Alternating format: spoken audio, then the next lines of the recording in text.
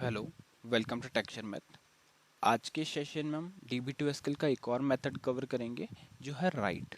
ठीक है, पिछले सेशन में हमने लेफ्ट मेथड को कवर किया था। ये ऑलमोस्ट उसकी तरह ही वर्क करता है, बट डिफरेंस यही है कि ये दोनों अपोजिट हैं। ठीक है, लेफ्ट मेथड क्या करता है, आपको कैरेक्टर्स को फाइंड आउट करके देता है लेफ्ट साइड से।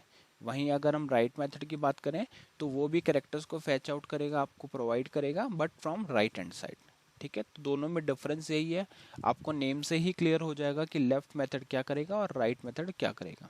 ठीक है, बट इसको एसक्यूएल आरपीजी में यूज़ कैसे करेंगे, इसका एक सिंटेक्स हम देख लेते हैं जिससे हमारा डाउट भी क्लियर होगा। और हम जब भी हमें डिफरेंस किसी को शेयर करना होगा तो हम बता सकेंगे कि लेफ्ट मेथड और राइट मेथड में क्या डिफरेंस है। ठीक है, तो उसके लिए वही हम सबसे पहले टेबल का डेटा देखेंगे, रिक्वायरमेंट को समझेंगे, और उसके बाद में अपन अपने एग्जाम्पल को एसक्यूएल आरपीजी थ्रू समझेंगे। ठीक है, तो मैं आपको सेशन बी पे क्वेरी रन कर रहा हूँ। मैं यहाँ पे सेलेक्ट स्टार फ्रॉम शर्मित1/emp, जहाँ पे शर्मित1 जो है वो क्या है, हमारी लाइब्रेरी का नेम है, emp हमारी फाइल का नेम है। ठीक है, तो जैसे आप यहाँ पे एंटर हिट करोगे तो आपको ये इस तरह से डेटा शो करेगा, first name, last name, age, salary, country. अब हमारी रिक्वायरमेंट ऐसा समझो कि है कि हमें कैरेक्टर्स फाइंड आउट करने हैं, last 2 characters from the string, from the first name. हम कुछ ऐसा आईडी प्रिपेयर कर रहे हैं जहाँ पे हमें सफिक्स की जगह पे प्रीफिक्स लगाना है। ठीक है, या सफिक्स प्रीफिक्स लगाना है हमारे को।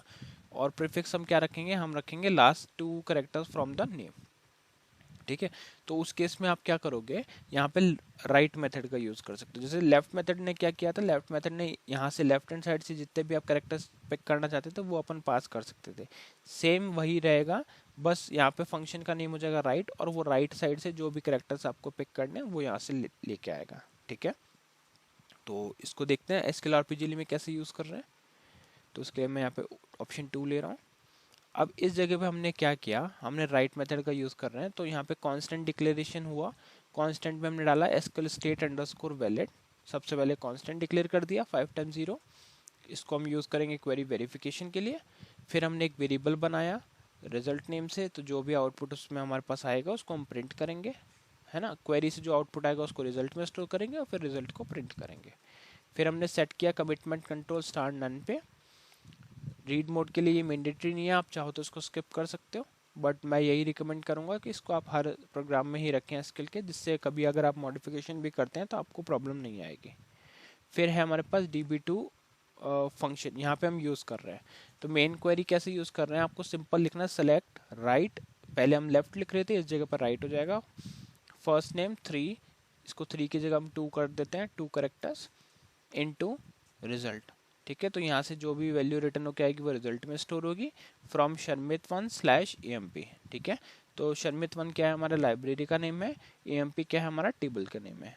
फैच फर्स्ट रो ओनली, तो यहाँ पे सिर्फ हम फर्स्ट रो को ही फैच कर रहे हैं। ठीक है, तो क्या कर रहे हैं, राइट साइड से इस वेरिएबल का राइट साइड के 2 करेक्टर को पिक कर रहे हैं, इसको स्टोर कर रहे हैं रिजल्ट वेरिएबल में, और फिर फ्रॉम शर्मित1/emp फैच फर्स्ट रो ओनली। ठीक है, जैसे ही क्वेरी एग्जीक्यूट हो जाएगी हम वेरिफिकेशन करेंगे। अगर एसक्यूएल स्टेट अंडरस्कोर वैलिड आ रहा है तो डिस्प्ले कर देंगे रिजल्ट को, एल्स प्रिंट करेंगे विद एसक्यूएल स्टेट और query ended with an error, और लास्ट में INLR equals to star on. तो इसको करते हैं कंपाइल अब, और करते हैं कॉल। तो जैसे कंपाइलेशन हो जाएगा, कॉल करते हैं, तो कॉल में आपके पास आउटपुट आ रहा है H और N, क्योंकि हमारे पास जो नेम था वो तो जॉन, तो जॉन के लास्ट 2 करेक्टर्स को उसने फेच किया राइट हैंड साइड से। ठीक है, सेम चीज़ आप चाहो तो str_skll पे भी कर सकते हो। जैसे अगर मैं ये इसी क्वेरी में मॉडिफिकेशन करता हूँ, ये पहले हमने लेफ्ट के लिए चलाई थी, इसको जस्ट अब कर देंगे राइट, RIGH, और यहाँ पे T।